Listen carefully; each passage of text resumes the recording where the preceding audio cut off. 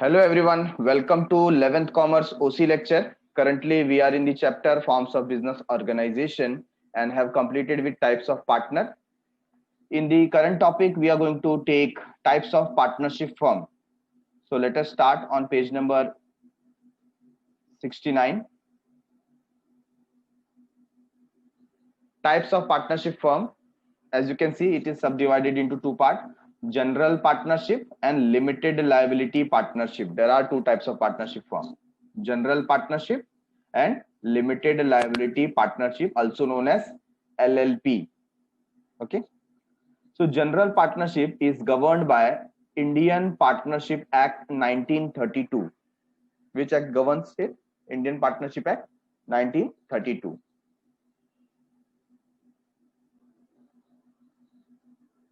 So general partnership is again divided into three part: partnership at will, मतलब ये आपकी इच्छा के ऊपर है.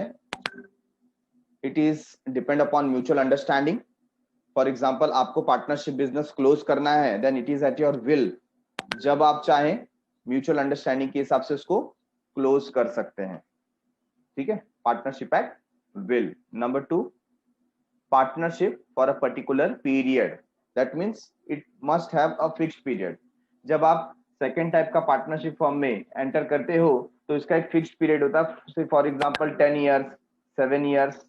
ठीक है, तो फिक्स्ड पीरियड के बाद क्या हो जाता है? वेंचर खत्म हो जाता है और बंद हो जाता है. ठीक है, ये फिक्स्ड पीरियड का है. And number three, partnership for particular venture. Venture मतलब कोई पर्टिकुलर टास्क है, वर्क है. फॉर एग्जांपल, सपोज मुझे एक प्रोजेक्ट मिला स्काई वॉक बनाने का. क्या बनाना है मुझे? स्काई वॉक बनाना है. अच्छा, स्काई वॉक कैसा बनाना है? मुझे ईस्ट और वेस्ट घाटकोपर को ज्वाइन करना है, ऐसा स्काई वॉक होना चाहिए. ठीक है, तो मुझे लगता है इस प्रोजेक्ट में 2 साल जाएगा. कितना जाएगा? 2 years. So for this particular project I am entering into a partnership firm. मैं एक पार्टनर को अपने फर्म में एडमिट कर रहा हूं सो दैट हम एक पार्टनरशिप फर्म रन करें फॉर दिस 2 years. अच्छा, 2 years मतलब जब तक ये वेंचर चलेगा तब तक. जैसे ही ये स्काई वॉक का काम फिनिश होगा, हमारा पार्टनरशिप एंड. तो ये पर्टिकुलर वर्क के लिए, गेटिंग इट? स्काई वॉक का काम कंप्लीट हुआ तो हमारा पार्टनरशिप क्या हो जाएगा? एंड हो जाएगा. अगर स्काई वॉक का वर्क 3 years चला, 4 years चला, तो हमारा वर्क भी 4 years तक चलेगा, हमारा पार्टनरशिप भी 4 years तक चलेगा. अगर स्काई वॉक का काम 2 साल में खत्म हो गया तो विद इन 2 years क्या हो जाएगा? हमारा पार्टनरशिप भी डिसॉल्व हो जाएगा. Getting it? तो यहां पर हम डिसोल्यूशन से ज्यादा रिलेटेड बात करें. पार्टनरशिप एट विल मतलब आपको अगर ऑर्गेनाइजेशन क्लोज करना है तो ये आपकी इच्छा के अनुसार होगा, आप जैसा चाहते हैं वैसा होगा. ठीक है.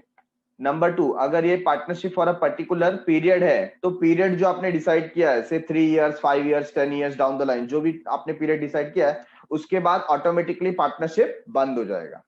And third word, for the particular venture. Venture मतलब कोई एक टास्क, कोई एक वर्क जो होता है, जो जॉब आपने लिया है वो कंप्लीट करने के लिए पार्टनरशिप है. जैसे ही वो जॉब कंप्लीट हो गया, वो वर्क कंप्लीट हो गया, आपका पार्टनरशिप एंड हो जाएगा. Getting it everyone? So let's read this thing in detail. General partnership. In general partnership, every partner has equal right. कैसा right? Equal right. हर एक पार्टनर का जो अधिकार है वो समान है. Equal right will be given to every partner. General partnership comes into existence according to provisions of Indian Partnership Act 1932. तो यहाँ पर इसको जो गवर्न करता है, हमने पहले ही बात की, इंडियन पार्टनरशिप एक्ट 1932. ये ईयर आपको याद रखना है फॉर जनरल पार्टनरशिप. ओके, तो इसमें हम देख रहे हैं first part, partnership at will. Partnership at will, when there is no provision in partnership agreement regarding time period. अगर आपके एग्रीमेंट में टाइम की बात नहीं की गई है, अगर ऐसा कुछ नहीं बोला गया है कि पार्टनरशिप कब तक चलेगी, तो जब तक आपकी इच्छा है तब तक चलेगी. लेकिन आपको कहीं ऐसा लगा कि नहीं अभी बहुत हो गया, पार्टनरशिप खत्म करते हैं, तो बस बाय गिविंग 14 days नोटिस आप क्या कर सकते हो? पार्टनरशिप एंड कर सकते हो. Partnership then it is known as partnership at will. Such partnership can be easily dissolved. ऐसा पार्टनरशिप क्या होगा? आराम से आप इसको डिसॉल्व कर सकते हो. Any partner can give notice of his intention to leave partnership at any time. कोई भी पार्टनर नोटिस दे करके कभी भी पार्टनरशिप फॉर्म डिसॉल्व कर सकता है, छोड़कर जा सकता है, क्योंकि यहां पर एग्रीमेंट में कोई टाइम पीरियड मेंशन नहीं है। ठीक है, getting it? Number 2, partnership for particular period. Partnership for particular period मतलब well in advance you people have decided what will be the tenure, period क्या होगा। It can be for 1 year, 2 year, 5 year, 10 year down the line, आपने पहले से decide कर लिया। For example आपने partnership किया था फॉर 4 इयर्स, तो जब आपके पार्टनरशिप को 4 साल कंप्लीट हो जाएंगे, आफ्टर 4 इयर्स आपका एग्रीमेंट खत्म हो गया, आपको पार्टनरशिप बंद करना पड़ेगा। ठीक है, when partnership is formed for a specific time, such partnership is known as partnership for particular period. For example, 6 months, 1 year. Such partnership firm dissolves after expiry of particular period. जो particular period उसमें बताया। Point number 3, partnership for particular venture. Venture का मतलब particular task और जो work आपको दिया है वो। ठीक है, when partnership firm is formed for a particular venture or a business, such partnership is known as partnership for a particular venture. कोई पर्टिकुलर टास्क के लिए या कोई बिजनेस के लिए आपने स्टार्ट किया है, जैसे मैंने एग्जांपल दिया स्काई वॉक बनाना है, या आपने डिसाइड किया है कि एक रोड डेवलप करना है। ठीक है, और वो रोड को डेवलप होने में 3 इयर्स लगेगा, तो 3 साल के लिए आपने ये वेंचर किया है। आफ्टर 3 इयर्स या after the completion of the venture, venture जैसे कंप्लीट हो जाएगा वैसे ही आपका पार्टनरशिप डिसॉल्व हो जाएगा। For example construction of dam, road और bridges, selling of seasonal products etcetera. तो ऐसे कुछ पार्टनरशिप हो सकते हैं जो वेंचर बेस्ड हो, बिजनेस बेस्ड हो। पार्ट बी आता है लिमिटेड लायबिलिटी पार्टनरशिप। हालांकि हम हमेशा से देखते आए हैं कि पार्टनरशिप फर्म एक अनलिमिटेड लायबिलिटी के साथ आता है, और उसमें भी कैसी लायबिलिटी होती है, अनलिमिटेड, जॉइंट एंड सेवरल, है ना, ये हमने पढ़ा हुआ है। बट ऑल ओवर वर्ल्ड में ऐसा ये पार्टनरशिप जिसे हम एलएलपी बोलते हैं, ये धीरे धीरे फेमस होने लगा, और फिर इंडिया ने भी 2008 में इसको अडॉप्ट किया और एक नया एक्ट बनाया for limited liability partnership. This is governed bye limited liability partnership act 2008। तो यहां पर जो पार्टनर्स का लायबिलिटी होता है वो लिमिटेड होता है। ठीक है, there are 2 kinds of partners as follows. Designated partner, इसमें एक पार्टनर होता है designated partner. Every limited liability partnership should have at least 2 designated partner. Among 2 partners 1 partner must be the resident of India, और इसमें से एक पार्टनर क्या होना चाहिए, इंडियन रेसिडेंट होना चाहिए। अभी यहां पर रेसिडेंट ऑफ इंडिया का मतलब क्या हो जाता है, उसका मतलब होता है कि कोई भी पर्सन अगर इंडिया में लास्ट ईयर में 182 डेज रहा है तो उसे इंडियन रेसिडेंस कहा जाएगा।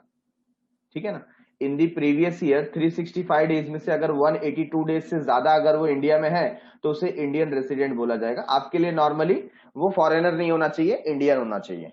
ठीक है, तो 2 डेजिग्नेटेड पार्टनर जो बताया गया है उसमें से एक क्या होना चाहिए, इंडियन रेसिडेंट होना चाहिए। General partner, in limited liability partnership all other partners are general partner. तो ये डेजिग्नेटेड पार्टनर को छोड़कर जितने भी पार्टनर होंगे उनको हम क्या बोलेंगे, general partner. The limited liability partnership offer some personal liabilities. तो यहां पर लिमिटेड लायबिलिटी है बट पर्सनल लायबिलिटी तो वहां पर होगा। ठीक है, some personal liability protection to the participant. तो पार्टिसिपेंट के प्रोटेक्शन के लिए कुछ पर्सनल लायबिलिटीज भी होती है। Individual partners in limited liability partnerships are not personally responsible for the wrongful act of other partner. इसमें क्या होता है, अगर किसी दूसरे पार्टनर ने कुछ गलत एक्ट कर दिया उसके लिए दूसरे पार्टनर को जवाबदार नहीं ठहराया जा सकता। ठीक है, और फॉर द डेट्स और ऑब्लिगेशंस ऑफ द बिजनेस। तो यहां पर ये चीज थोड़ी बाइफरगेट कर दी गई।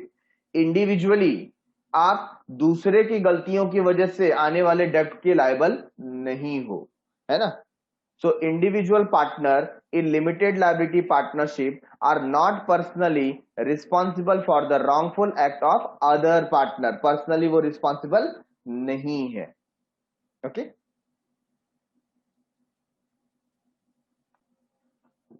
सो लिमिटेड लायबिलिटी पार्टनरशिप से हमको क्या समझ में आया? सबसे पहली बात, ये लिमिटेड लायबिलिटी पार्टनरशिप एक्ट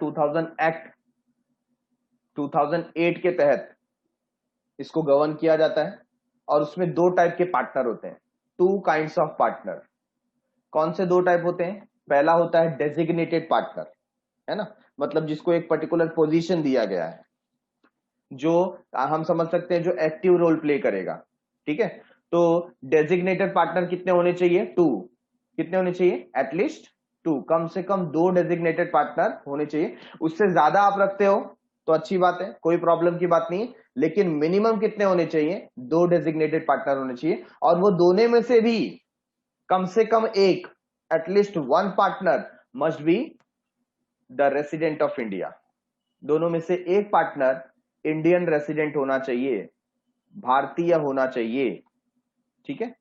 और बाकी ये डेजिग्नेटेड पार्टनर को छोड़कर जितने भी पार्टनर बच जाते हैं, उन पार्टनर्स को हम क्या कहेंगे? जनरल पार्टनर, ठीक है ना। तो जनरल पार्टनर का लायबिलिटी कैसा है? यहां पर इंडिविजुअल पार्टनर दूसरे के रॉन्गफुल एक्ट के वजह से जो डेट आया है उसके लिए वो लायबल नहीं होंगे, ऑब्लिगेशन में नहीं आएंगे। Got it? तो यहां पर एक छोटा सा एक्सप्लेनेशन था regarding types of partnership firm. Firm यहां पर दो टाइप में डिवाइड किए गए, एक जनरल पार्टनरशिप और दूसरा लिमिटेड लायबिलिटी पार्टनरशिप, ठीक है। तो ये नया ही है, 2008 में आया है, आकर के सिर्फ 12 साल हुए हैं, आप समझ सकते हैं, और काफी फेमस है क्योंकि कोई चाहता नहीं कि उनकी लायबिलिटी अनलिमिटेड हो, उनका पर्सनल प्रॉपर्टी रिस्क में आए, ठीक है। Now moving towards a new concept, joint Hindu family business.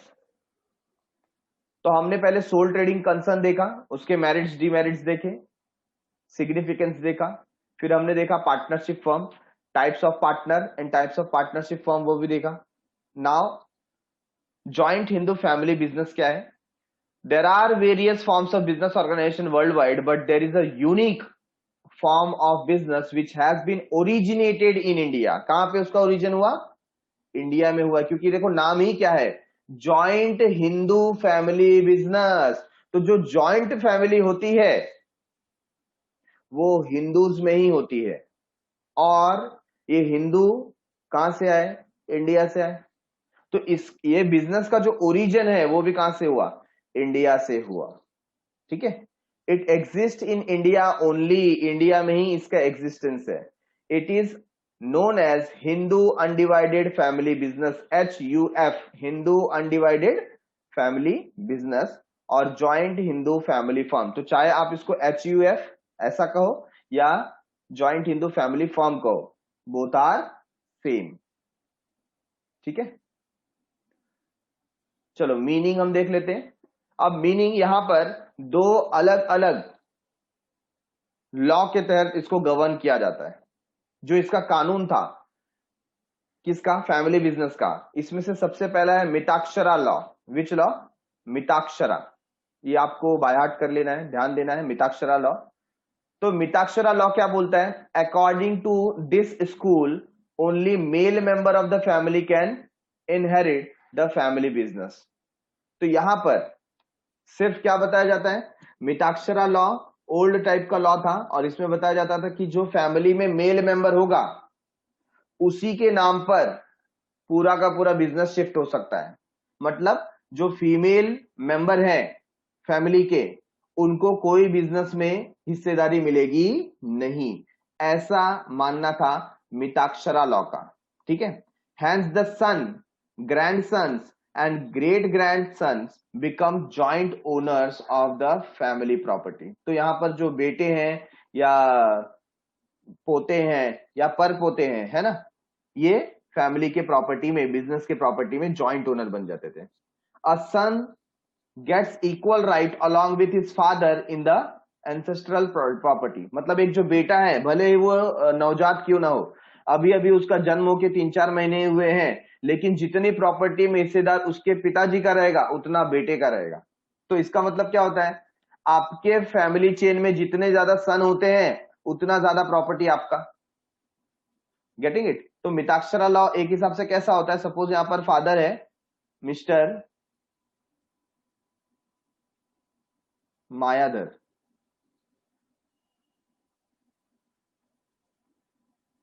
ठीक है, इन्होंने बिजनेस स्टार्ट किया था। अब इनके जो दो बेटे हुए, गंगाधर और विद्याधर, ये जो एंसेस्ट्रल प्रॉपर्टी है ये दोनों के ऊपर हिस्सा होगा। अब समझो गंगाधर के दो बेटे हैं, ठीक है, ओम एंड शिव, और विद्याधर के यहां पर चार बेटे हैं, ठीक है, राम, भरत, लक्ष्मण, शत्रुघ्न। तो अब जो मायाधर की प्रॉपर्टी है उसका डिवीजन कैसा होगा?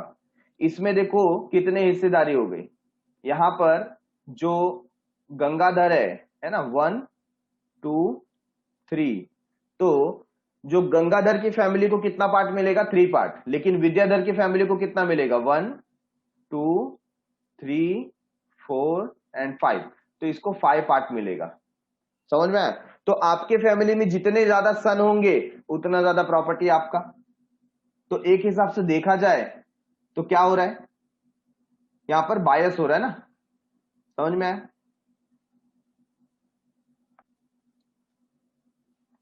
हेंस द सन, यहां पर जो एक्सप्लेनेशन हमने देखा, son, grandson and great grandson become joint owner of the family property.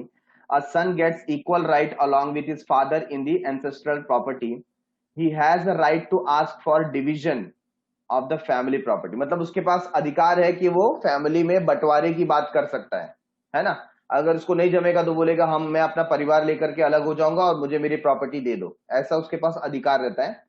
This school is popular in India except Assam, Bengal and some part of Odisha. तो यहां पर ज्यादातर जो लॉ अप्लीकेबल होता है, हिंदू लॉ, वो किसके हिसाब से होता है? मिताक्षरा लॉ के हिसाब से होता है, ठीक है।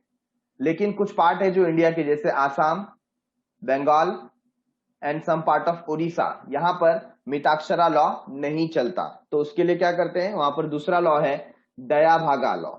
विच लॉ? दया भागा।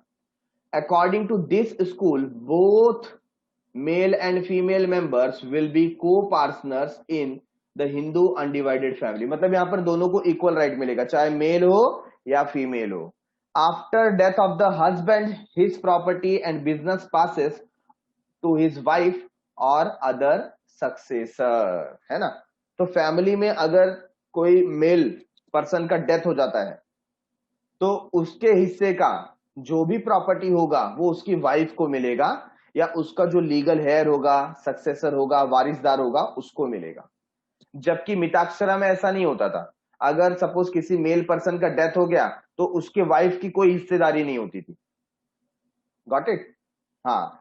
जबकि दया भागा में क्या हो जाता है? दया भागा में मेल हो चाहे फीमेल हो, उनको इक्वल राइट्स मिलता है। तो according to you which law is much better? So Dayabhaga law is much better as compare to Mitakshara. But ज्यादातर हम देखते हैं कि all over India Mitakshara law जो है ज्यादा फेमस है, और कुछ जो राज्य हैं जैसे Assam, Bengal and some part of Orissa, वहां पर दया भागा ही अप्लाई किया जाता है। तो हमने लॉ तो देख लिया कौन सा गवर्न करता है। Now take the definition.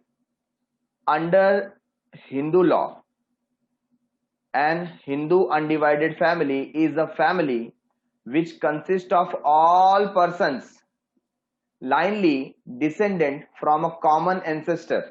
यहां पर क्या होना चाहिए? जो उनका एंसेस्टर है वो कॉमन होना चाहिए। मतलब हम जिसको बोलते हैं दादा परदादा बोलते हैं ना, पुरखे पुरनिया, ऐसा भी वर्ड इस्तेमाल होता है। तो जो आपके एंसेस्टर्स हैं वो कैसे होने चाहिए? कॉमन होने चाहिए। तो उनका जो लाइनली है डिसेंडेंट वो प्रॉपर होना चाहिए, ठीक है। And include their wives and unmarried daughters. तो इसके अंदर दो को इंक्लूड किया जाता है। तो जो फैमिली मेंबर थे उनकी वाइफ, या जो फैमिली के अंदर अनमैरिड डॉटर है, वो भी इसमें इंक्लूड हो जाते हैं, ठीक है। And HUF can not be created under a contract. देखो लिखा है HUF आप कॉन्ट्रैक्ट करके क्रिएट नहीं कर सकते हो कि चलो मैं हूं, मेरे फ्रेंड के साथ मिलकर के मैं क्या करता हूं, HUF बनाता हूं, चलेगा क्या? नहीं। HUF जो है हिंदू अनडिवाइडेड फैमिली, मैं मेरे फ्रेंड के साथ ये नहीं ओपन कर सकता हूं, ये कोई पार्टनरशिप नहीं है, it is not a contract, ये फैमिली बिजनेस है और फैमिली के लोग ही चलाएंगे।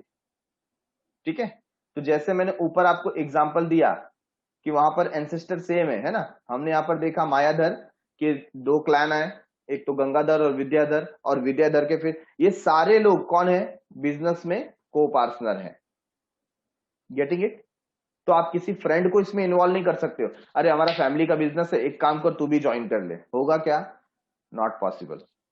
ठीक है,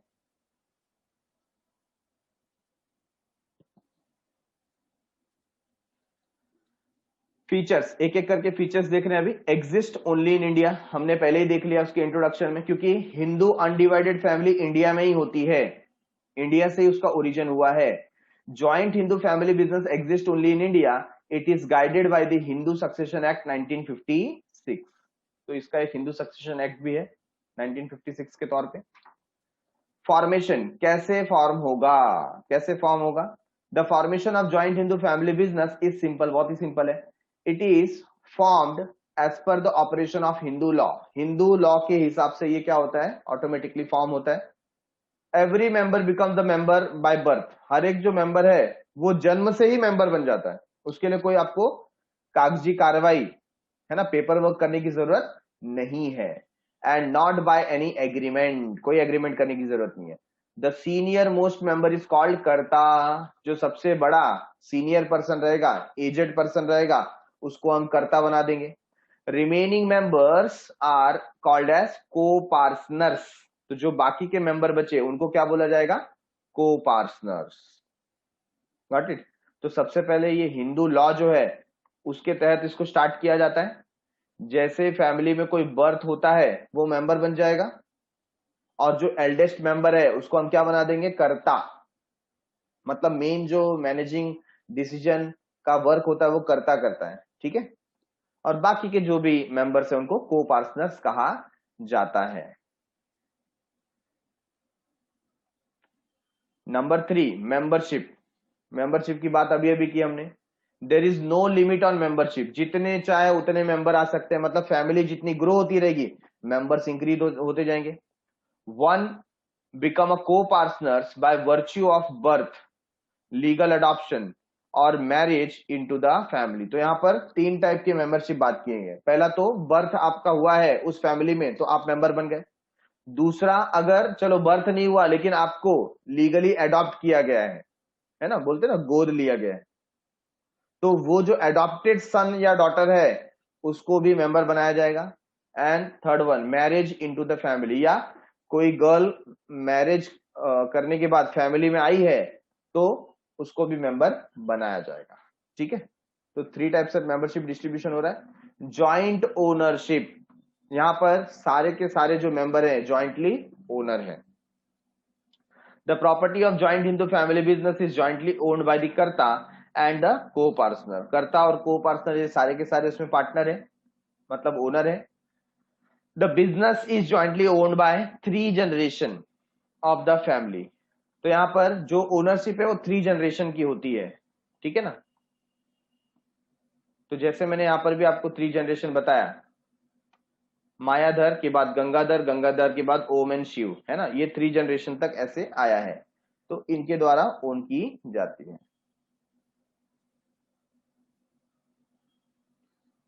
कर्ता is the custodian of the joint property, मतलब यहां पर जो मेन रखवाला है, कस्टोडियन जिसके पास सारी प्रॉपर्टी रहती है वो कौन है, कर्ता, कर्ता ही सब कुछ यहां पर डिसाइड करता है।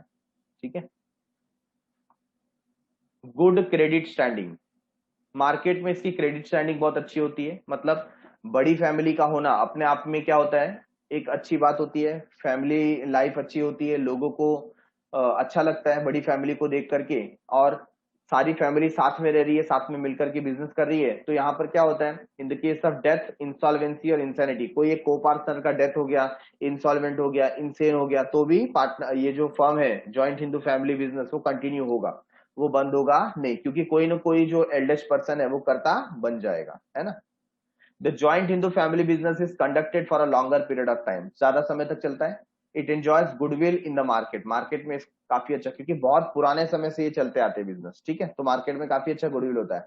It assures the creditor about repayment of the loan, तो यहाँ पर क्रेडिटर को एक एश्योरेंस रहता है कि भाई हमारा पैसा तो डूबता नहीं है। आप अभी भी दिल्ली वगैरह में चले जाओ, ऐसे बहुत सारे आपको शॉप्स मिलेंगे ना जो 150, 200 या 300 साल से चलाए जा रहे हैं, है ना।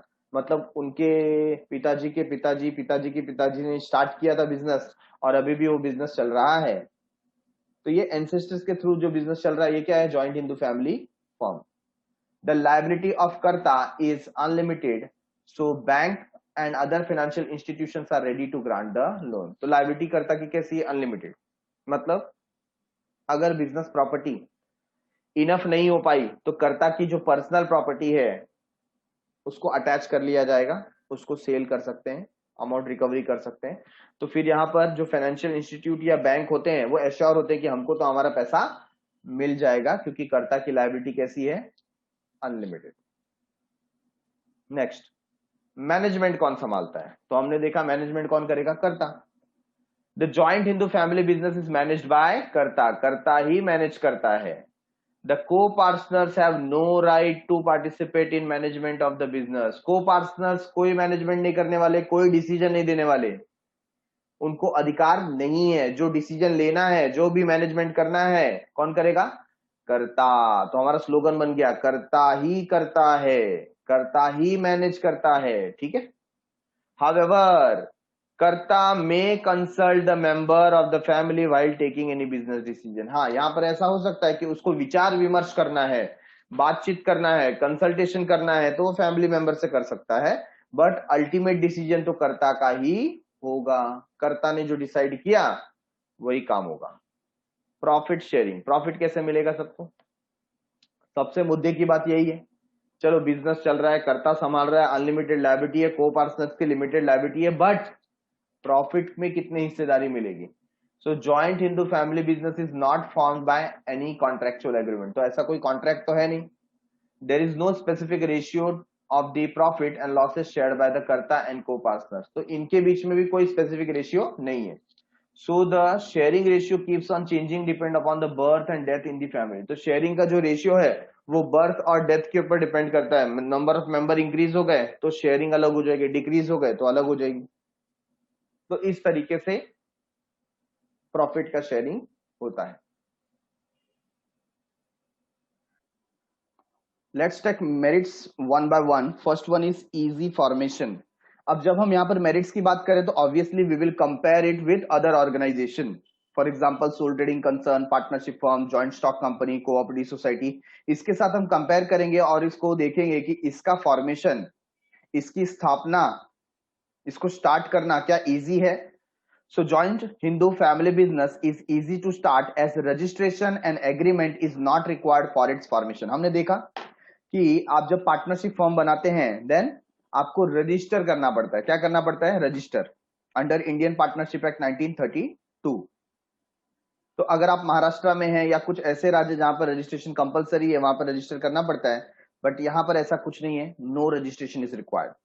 There is no restriction on minimum and maximum number of member. Again, member पे भी कोई restriction नहीं है, minimum, maximum ऐसा कोई restriction नहीं है। It came into existence as per Hindu law. तो हिंदू लॉ के हिसाब से ये एग्जिस्टेंस में आता है।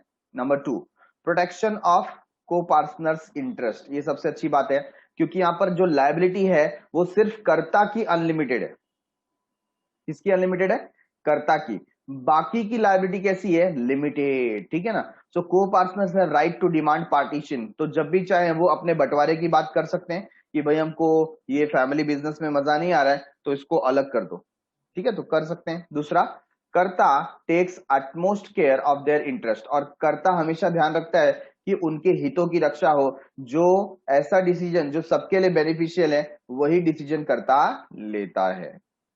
क्योंकि आफ्टर ऑल ये पूरी फैमिली किसकी है, कर्ता की ही है। ठीक है, तो वो अपने फैमिली मेंबर के हित में बात करेगा, वो नहीं चाहेगा कि किसी के साथ बायस हो, बराबर है। तो यहां पर utmost care is taken for co partners interest. Okay, number 3, quick and prompt decision. कैसा decision, quick and prompt decision, क्योंकि यहां पर हमको किसी से पूछने की जरूरत नहीं, कर्ता is capable of taking decision by himself. कर्ता वो खुद से डिसीजन ले सकता है। The karta is senior most family member.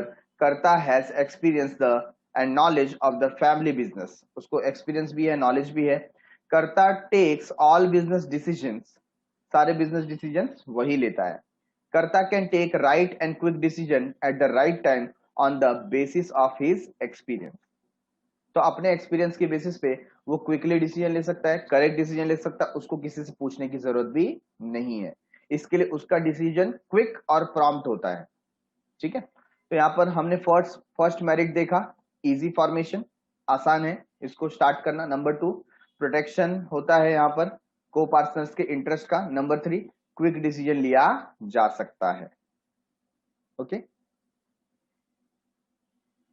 Number 4, on the job training. यहां पर जो हमारे मेंबर्स हैं, या हम उसको बोल सकते हैं को पार्टनर्स, बचपन से ही उनको एक हिसाब से ऑन जॉब ट्रेनिंग मिलती है। कैसी ट्रेनिंग मिलती है, on job training. What does it mean, on job training क्या होता है, आपने देखा है ना कि बचपन से ही आपको फैमिली बिजनेस में धीरे धीरे भेजा जाने लगता है। आप में से भी कई ऐसे स्टूडेंट होंगे जो अपने पेरेंट के बिजनेस में जाकर के सपोर्ट करते हैं कि नहीं करते।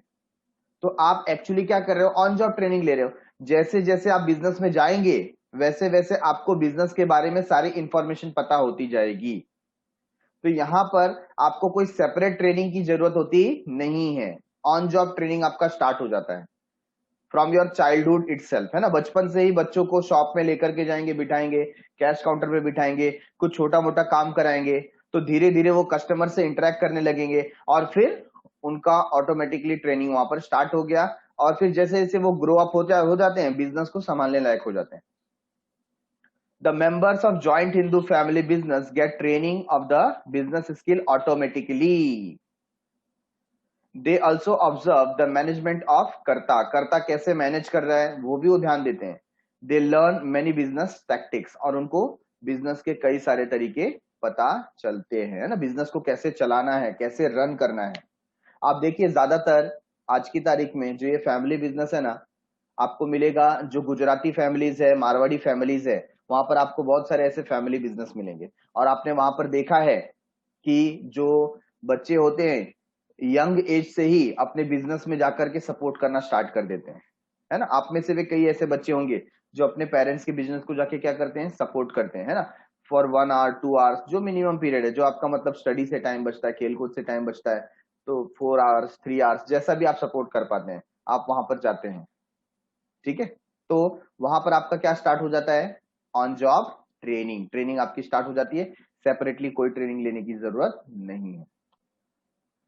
पॉइंट नंबर 5, को पार्टनर्स लायबिलिटी। अब ये जो को पार्टनर्स की लायबिलिटी है, हम उसको कनेक्ट करेंगे कर्ता की लायबिलिटी से। हमने देखा कर्ता की जो लायबिलिटी है वो अनलिमिटेड है, तो वो तो डिसएडवांटेज है। बट को पार्टनर्स की लायबिलिटी कैसी है, लिमिटेड इन नेचर, है ना। तो ये एक बेनिफिट मिल जाता है। तो को पार्टनर्स को टेंशन नहीं आएगा, कभी डर नहीं लगेगा कि हमारी पर्सनल प्रॉपर्टी अटैच हो जाएगी। The liability of co-partner is limited up to the extent of their share in the joint Hindu family business. तो जितना उनका joint Hindu family business में शेयर है उतनी ही उनकी liability बनती है। Hence, the personal property of the co-partner is not used for the payment of joint Hindu family business liability. तो बिजनेस की लायबिलिटी पे करने के लिए पर्सनल प्रॉपर्टी का इस्तेमाल किया जाता नहीं है। किसकी पर्सनल प्रॉपर्टी, को पार्टनर्स की। हाँ, कर्ता की प्रॉपर्टी को अटैच किया जा सकता है, क्योंकि कर्ता की जो लायबिलिटी है वो कैसी होती है, unlimited.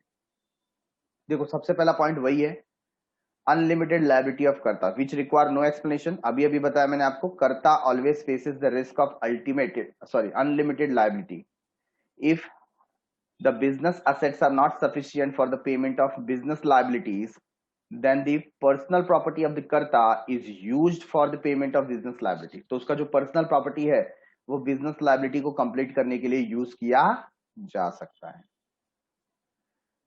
Limited financial and managerial resources, कितना भी बड़ा फैमिली होने दो, लेकिन है तो एक ही फैमिली ना, एक ही फैमिली के होने से इनका जो रिसोर्सेस हो जाता है वो लिमिटेड हो जाता है, क्योंकि अगर फैमिली फाइनेंशियली वीक है तो वो ज्यादा कैपिटल कंट्रीब्यूट कर सकती नहीं है। Getting it? The funding of the joint Hindu family business is limited. Ancestral property is used as capital of joint Hindu family business. तो जो हमें अपने एंसेस्टर्स से मिला है वही हम बिजनेस में यूज कर सकते हैं। कर्ता में और may not possess expert managerial skill. यहाँ पर यह भी हो सकता है कि कर्ता के पास एक्सपर्ट मैनेजरियल स्किल हो भी सकता है और नहीं भी हो सकता है। So there is limited scope for expansion. तो हम एक्सपांड भी नहीं कर सकते। आपने देखा होगा ज्यादातर जो फैमिली बिजनेस होते हैं वो बहुत ज्यादा एक्सपांड होते नहीं है। ठीक है ना? No separate legal status. यहां पर बिजनेस को कर्ता के नाम से जाना जाता है, उसका कोई सेपरेट लीगल स्टेटस होता नहीं है। In the eyes of law the joint Hindu family business and the family members are one and the same. दोनों को क्या समझा जाएगा? सेम समझा जाएगा। The business does not have separate legal status. Business के पास कोई सेपरेट लीगल स्टेटस भी नहीं होता। तो ये हम डिसएडवांटेज देख रहे हैं एक एक करके। Number 4, partition of business. ये तो होना ही है।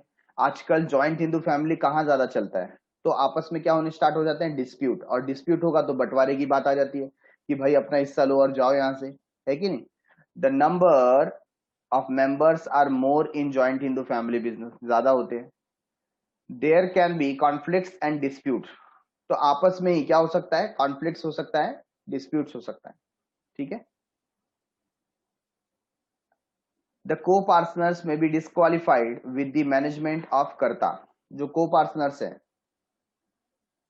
वो डिससेटिस्फाई हो सकते हैं। क्या हो सकते हैं? डिससेटिस्फाइड। किससे? कर्ता जो मैनेज कर रहा है। तो बहुत लोगों को हो सकता है कि अरे इनको तो संभालना ही नहीं आता बिजनेस, है ना, कैसे भी करते हैं, नुकसान करते हैं, हमको भुगतना पड़ता है, ऐसे लोगों के माइंड में आ सकता है। This can leads to partition of business. तो बिजनेस क्या हो सकता है? उसका पार्टीशन हो सकता है। मुझे ये रीड करके एक फिल्म याद आती है। अभी रिसेंटली इंग्लिश मीडियम करके एक मूवी रिलीज हुई थी। इरफान खान उसमें एक मेन लीड रोल में थे। इंग्लिश मीडियम, जिसके अंदर उसकी स्वीट की शॉप होती है और वो स्वीट की शॉप, सपोज वो मारवाड़ी एक किरदार उसने वहां पर रोल प्ले किया है और उनका वो फैमिली बिजनेस होता है। और उसमें दिखाया जाता है कि एक ही फैमिली के बहुत सारे लोग जिन्होंने क्या कर लिया? पार्टीशन कर लिया है। तो एक दूसरे के साथ कंपटीशन में आ जाते हैं, है ना। सबकी स्वीट्स की दुकान स्टार्ट हो जाती है और सब बोलते हैं कि हम ओरिजिनल है। जैसा देखो अभी आपको बीकानेर में दिखाई देता है ना। हर एक बीकानेर के जो स्टोर के सामने लिखा रहता है ओरिजिनल बीकानेर, बराबर है। तो ऐसे कोई जो फैमिली बिजनेस वाले होते हैं तो धीरे धीरे उनमें पार्टीशन होकर के बहुत सारे उनके, हम समझ सकते हैं, ऐसे स्टोर ओपन हो जाते हैं जिनमें आपस में क्या हो जाता है? कंपटीशन हो जाता है। तो यहाँ पर डिस्प्यूट होना लाजमी है। बहुत सारे को पार्टनर्स को लगता है कि कर्ता ठीक से बिजनेस को संभाल पा रहे नहीं है ना, तो वो अपना हिस्सा लेकर के चलते बनते। Number 5, no direct relationship between effort and reward. यहाँ पर ज्वाइंट फैमिली है तो बहुत बार ऐसा होता है, एक पार्टनर, एक को पार्टनर्स को लगेगा कि पूरा दिन भर मैं ही काम करता हूँ या मेरा बेटा ही काम करता है, वो सामने वाले का जो मेरा कजन ब्रदर है या रियल ब्रदर है उसके घर वाले तो कोई सपोर्ट नहीं करते। वो 2 घंटा आएगा, काम करके चला जाएगा, मैं दिन भर इधर मेहनत करता हूँ और जब प्रॉफिट शेयरिंग की बात आती है तो सबको बराबर बराबर मिलता है। मतलब क्या होता है? No effort and reward relationship. जितना मेहनत आप करोगे प्रॉफिट तो होगा ज्यादा, लेकिन वो सब में डिस्ट्रीब्यूट होगा। ऐसा नहीं कि आपने ज्यादा मेहनत किया तो आपको ज्यादा मिलेगा, ऐसा होता नहीं। यहाँ पर तो न्यू बॉर्न बेबी है तो उसका भी हिस्सा लगाया जाता है जिसने कुछ काम नहीं किया, है कि नहीं। कर्ता is the manager of this business. He uses his knowledge and skill for running business successfully. The reward of the business is distributed among all को पार्टनर्स। तो जो भी रिवॉर्ड मिलेगा, जो भी इनाम मिलेगा, सब में डिस्ट्रीब्यूट किया जाता है। The hard working as well as inefficient को पार्टनर शेयर्स द प्रॉफिट। तो जो मेहनत का शेयर, जो मेहनत करने वाले लोग हैं उसको भी उतना ही मिलेगा जितना इनएफिशिएंट को पार्टनर है ना, उसने कुछ काम नहीं किया तो भी उसको उतना मिलता है। तो ये एक इसके अंदर डिसएडवांटेज हमको दिखाई देता है। तो टोटल डीमेरिट्स कितने हैं? 5 डीमेरिट्स। उसमें से पहला है अनलिमिटेड लायबिलिटी ऑफ कर्ता, number 2 limited financial and managerial resources, तो यहाँ पर फाइनेंशियल रिसोर्स भी बहुत कम होते हैं, मैनेजरियल स्किल भी उतनी नहीं होती है, सेपरेट लीगल स्टेटस भी नहीं मिलता, बिजनेस कभी भी बंटवारे में जा सकता है, और कोई एफर्ट और रिवॉर्ड रिलेशनशिप नहीं है। जितना भी मेहनत कर लो सब में प्रॉफिट मेंबरशिप के हिसाब से डिस्ट्रीब्यूट होता है। So after joint Hindu family firm, now we are jumping towards cooperative society। बहुत ही अच्छी सोच जो पावर देती है ऐसे सोसाइटी को जो पुअर बैकग्राउंड से है, जो हेल्पलेस है, जिनको कहीं से फाइनेंशियल सपोर्ट नहीं मिल रहा। तो यहां पर आप देखेंगे कोऑपरेटिव सोसाइटी एक दूसरे के सहकार से चलने वाला ऐसा बिजनेस जो महाराष्ट्र में तो बहुत फेमस है, बट ऐसे बहुत सारे प्रोडक्ट भी जिसने दिए हैं जो वर्ल्ड वाइड फेमस है, और जिसमें से एक नाम है अमूल। क्या नाम है? अमूल, है ना। अमूल ये वर्ड सुनते ही है ना मन में गाना बजने लगता है, जरा सी हंसी दुलार जरा सा Amul the taste of India, है ना। आता है कि नहीं एडवर्टीजमेंट माइंड में। तो ये एक रिटेल या sole trading concern, partnership firm, joint Hindu family firm या जॉइंट स्टॉक कंपनी, इसमें से कुछ नहीं है। अमूल क्या है? अमूल एक कोऑपरेटिव सोसाइटी है। क्या है? कोऑपरेटिव सोसाइटी, जो लोगों के सहकार से, हेल्प से क्रिएट हुआ है। तो अमूल के बारे में हम पहले जान लेते हैं। It all started 65 years ago, 65 साल पहले स्टार्ट हुआ था। When poor farmers who worked hard day in and day out were exploited by local traders and given small incentives। तो पुअर जो फार्मर्स होते थे, जो अपने फार्मिंग एक्टिविटी के साथ एनिमल हस्बेंड्री भी करते थे, और वहां से जो मिल्क का प्रोडक्शन होता था वो उनको लोकल ट्रेडर को सेल करना होता था। आज से 65 इयर्स पहले की बात कर रहे हैं, जहां पर आप मिल्क को ज्यादा समय तक प्रिजर्व करके नहीं रख सकते थे, है ना। 1 और 2 डेज के लिए प्रिजर्व कर सकते थे गर्म करके, अदरवाइज वो मिल्क क्या हो जाएगा? खराब हो जाएगा। तो आपको एनी विच वे उसको क्या करना पड़ता था? जो दाम मिले उसमें सेल करना पड़ता था। तो वहां के आनंद करके एक जगह है गुजरात में, वहां का एक जो लीडर थे उन्होंने इस प्रॉब्लम को समझा, देखा, और उस समय के जो चीफ मिनिस्टर से थे उनसे बात करके कुछ हल निकालने की सोची। तो उसके बारे में ही यहां पर, angered by unfair and manipulative practices followed by local trader, the farmers under the leadership of, अभी देखो उनका नाम दिया गया है, त्रिभुवन दास पटेल, अप्रोच्ड सरदार वल्लभ भाई पटेल। तो वहां पर उस समय के जो होम मिनिस्टर थे, है ना, हमारे श्री सरदार वल्लभ भाई पटेल, उनसे जाकर के त्रिभुवन दास पटेल जी ने बात की कि यहाँ पर फार्मर्स को क्या किया जाता है? बहुत एक्सप्लॉइट किया जाता है, उनको प्रॉपर प्राइस नहीं दिया जाता। तो आप इनकी शिकायतें सुने और इस प्रॉब्लम को सॉल्व करें। Empathising with the farmers, Sardar Vallabhbhai Patel advise them to be self sustained entrepreneurs. तो यहां पर सरदार पटेल ने उनसे एक सहानुभूति रखी और उनको बताया कि आपको अपने पैरों पर खुद खड़ा होना है, स्वावलंबी बनना है, ठीक है ना, आत्मनिर्भर बनना है। एंड वर्क फॉर देमसेल्फ, आपको अपने आप के लिए काम करना पड़ेगा। The farmers took the advice seriously and form their own cooperative society, और उन्होंने इसको गंभीरता से लिया सारे फार्मर्स ने, और मिल करके खुद की क्या बना दी? Cooperative society. Amul cooperative was created by doctor Verghese Kurien, Verghese Kurien, who is also known as the father of white revolution in India. अब ये व्हाइट रेवोल्यूशन की किसकी बात करते हैं? हम बात करते हैं मिल्क रेवोल्यूशन, है ना, दूध की बाढ़ योजना आपने सुना होगा। तो इनको उसका फादर कहा जाता है, doctor Verghese Kurien. Amul placed India at the top of milk producing nation. तो पहले मिल्क प्रोड्यूसिंग नेशन में इंडिया का नाम इतना नहीं आता था, बट अमूल ने उसको टॉप पर ला करके खड़ा कर दिया. अमूल वॉज फाउंडेड इन 1946 इन आनंद. आनंद करके एक जगह है गुजरात में, मैंने आपको बताया, वहां पर 1946 मतलब हमारे इंडिपेंडेंस के पहले ही इसकी स्थापना हो गई. With a mission to stop the exploitation of farmers by middleman. तो जो बिचौलिए होते हैं, एजेंट होते हैं, उनसे बचाने के लिए फार्मर्स को इसकी स्थापना की गई. It was Sardar Vallabhbhai Patel, Tribhuvan Das Patel and Dr. Varghese कुरीन who took certain measures to stop the exploitation of the farmer. तो इन लोगों ने मिलकर के फार्मर्स का जो ये स्ट्रगल है, फार्मर्स का ये जो एक्सप्लॉयटेशन है, उसको खत्म करने की कोशिश की. Today the brand has enabled farmers to be entrepreneurs and earn their own living. तो आज की तारीख में इस ब्रांड ने फार्मर्स को क्या बना दिया? स्वावलंबी बना दिया, एक एंटरप्रेन्योर बना दिया, एक बिजनेसमैन बना दिया, ताकि वो खुद से अपनी लाइफ जी सकते हैं.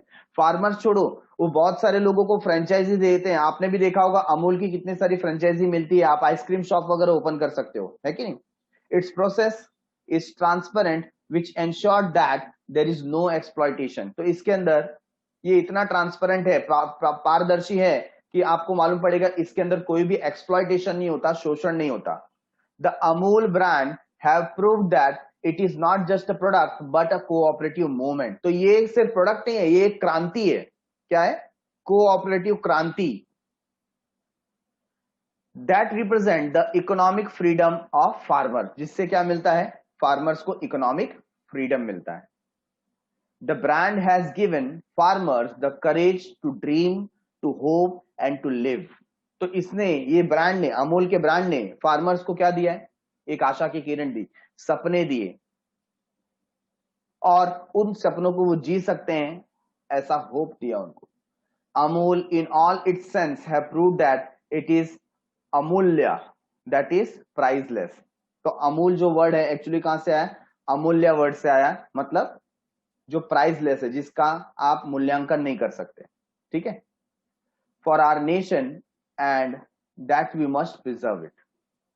In 1999, Amul was awarded the best of all Rajiv Gandhi National Quality Award. तो उसको सबसे बेस्ट अवार्ड मिला यहाँ पर for maintaining the utmost level of quality in its plants. Plants में बहुत अच्छी तरीके से क्वालिटी को मेंटेन करते हैं. मैंने पर्सनली अमूल के जो फैक्ट्री है आनंद में, उसको विजिट किया हुआ है, और आप वहां पर जाकर के विजिट कर सकते हैं. आप जब वहां पर विजिट करते हैं तो आपको पूरा प्रोसेस दिखाया जाता है कि वो रिफाइन कैसे करते हैं, और वहां पर प्रोडक्ट कैसे बनाए जाते हैं, क्लीनलीनेस कैसे मेंटेन किया जाता है. बहुत सारे बच्चे उस प्रदर्शनी को देखने के लिए वहां पर आते हैं. Amul has been awarded by the Guinness world record for the longest running advertisement campaign. तो इनका जो एडवर्टीजमेंट कैंपेन होता है वो भी एकदम करंट अफेयर से रिलेटेड रहता है.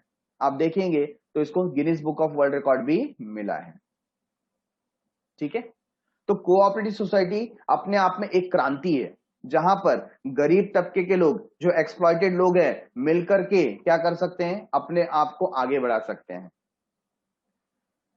India is the agricultural country and has laid down the foundation of world's biggest cooperative movement. हमने दुनिया की सबसे बड़ी सहकारी क्रांति को क्या दिया है? एक बेस दिया है, फाउंडेशन दिया है, एक नींव बना करके दी है. The cooperative movement was started by the weaker section of the society for protecting its member and their right. तो ये स्टार्ट कब हुआ, कैसे हुआ?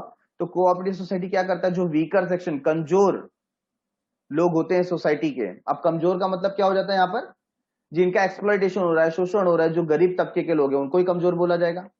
तो ये मिलकर के एक ऐसा सोसाइटी क्रिएट कर देते हैं जहां पर उनको प्रॉपर अधिकार मिलते हैं. After independence cooperative become an integral part of 5-year plan. Independence के बाद जो पंचवर्षीय योजना होती है, तो वहां पर कोऑपरेटिव प्रोग्राम हमेशा से रहता ही है. The cooperative plays very important role in India because it is an organization for the poor, illiterate and unskilled people. तो जो गरीब हैं, असाक्षर हैं, अनस्किल्ड हैं, जिनमें कोई हुनर नहीं है, ऐसे लोगों के लिए ये एक वरदान की तरह बहुत ही इंपॉर्टेंट रोल प्ले करता है। India has seen a huge growth in cooperative societies mainly in the farming sector since 1947। तो आजादी के बाद से इंडिया ने कोऑपरेटिव सोसाइटी में बहुत तरक्की देखी है, ज्यादातर फार्मिंग सेक्टर में। The country has network of cooperative at the local, regional, state and national level. तो अलग अलग तरीके से इसके नेटवर्क्स ऑल ओवर इंडिया में बिछे हुए। मीनिंग देखते हैं, a cooperative organisation is a voluntary association of individual formed in order to achieve certain economic objective. तो यहां पर कुछ इकोनॉमिक ऑब्जेक्टिव मतलब इकोनॉमिक बेनिफिट मिले, इस ऑब्जेक्टिव के साथ इस बिजनेस ऑर्गेनाइजेशन को वॉलंटरीली स्टार्ट किया गया। वॉलंटरी एसोसिएशन का मतलब होता है कोई भी आकर के इसको ज्वाइन कर सकता है ना। वहां पर हम कोई भेदभाव नहीं करते, डिफरेंस नहीं करते, जेंडर बायस नहीं करते, कास्ट बायस नहीं करते, ठीक है ना। The nature of cooperative organisation is service oriented. इसका जो नेचर है वो कैसा है, सर्विस, मतलब हमको अपने मेंबर्स को सर्व करना है। Each for all and all for each, हर एक पर्सन सबके लिए और सब लोग एक के लिए, ये फॉर्मूला में ये लोग विश्वास करते हैं कोऑपरेटिव सोसाइटी, है ना। हम सबके लिए और सब हमारे लिए काम करेंगे। Each for all and all for each is the principle of cooperative society. तो कोऑपरेटिव सोसाइटी का ये principle. According to the international labour organisation, तो लेबर ऑर्गेनाइजेशन के हिसाब से कोऑपरेटिव सोसाइटी को कैसे डिफाइन किया गया है, a cooperative society a cooperative organization is an association of person। क्या ये persons का association, एक ग्रुप है, usually of limited means। means मतलब यहां पर resources, means का मतलब आप क्या समझेंगे, resources, ठीक है। who have voluntarily joined together to achieve a common economic end। end का मतलब यहां पर क्या हो जाता है,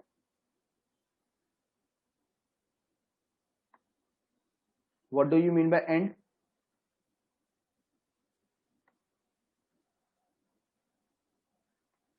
want, ठीक है ना, आपकी क्या इच्छा है, या आप बता सकते हैं डिजायर। एंड मतलब डिजायर, तो इकोनॉमिक डिजायर को पूरा करने के लिए आपके पास जो लिमिटेड रिसोर्सेस है, रिसोर्सेस कम है, उन लोगों के लिए कोऑपरेटिव सोसाइटी होता है।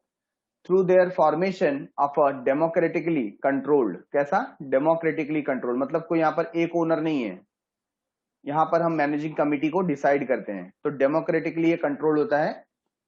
organization making equitable distribution to the capital required and accepting a fair share of risk and benefits of the undertaking। यहां पर वही चीज बताएं कि जो डिस्ट्रीब्यूशन ऑफ प्रॉफिट होता है वो इक्विटेबल बेसिस पे होना चाहिए, and accepting a fair share of risk, risk का सब में प्रॉपर डिवीजन हो, बेनिफिट का सब में प्रॉपर डिवीजन हो, ये ध्यान दिया जाता है।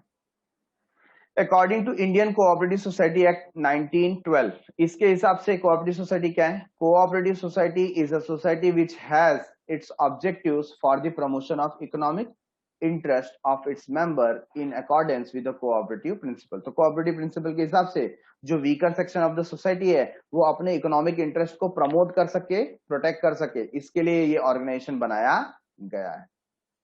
तो आई होप कि आपको कोऑपरेटिव सोसाइटी के डेफिनेशन के बारे में पूरी जानकारी मिल गई कि कोऑपरेटिव सोसाइटी ऐसे तो अपने मेंबर्स को सर्व करने के लिए बनाया गया है, और इंडिया में उसका सबसे बेस्ट एग्जांपल है अमूल, ठीक है।